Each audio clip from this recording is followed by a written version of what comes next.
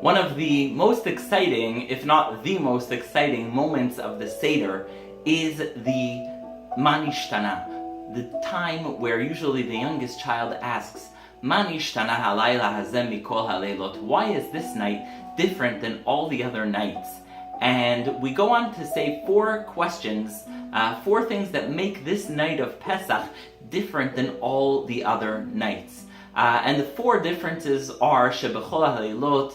On all other nights we eat chametz umatzah, but tonight we eat only matzah. The second difference is shebechol haleilot we eat vegetables and perhaps maror, but tonight maror is important. It's one of the main vegetables. The third question is shebechol haleilot einanu matbilin afilu pa'am achat. In other nights we don't dip our food, but tonight we dip it twice, the salt water and the charoset.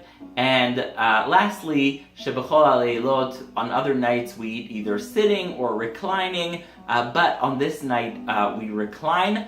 And so those are the questions, and they seem pretty simple and straightforward. But another difference, or another deeper understanding of these questions is as follows. Why is it that on this night we do things that are so radically different? Why is it that on this night we, if you look at the Nishtana, you'll see the first 2 questions and the second 2 questions are so different, and they are, if you put them together and look at them together, they show a very strong question, which is, why is it that on this night we do some things that make us look like slaves and other things that make us look like royal family? Because the first 2 questions are, why is it that this night we eat matzah, the bread of affliction that symbolizes suffering and poverty? And then the second question is, why is it that on this night we eat maror, which symbolizes suffering and pain? Those are the first 2 questions. The second 2 questions are, why is it that we do things that are behavior of royalty? Because we eat food that we dip. We show that we're fancy and we have different kinds of food. And we also recline. So really, what the Nishtana is asking, if you look at it holistically, is why is it that on this night we do contradictory things?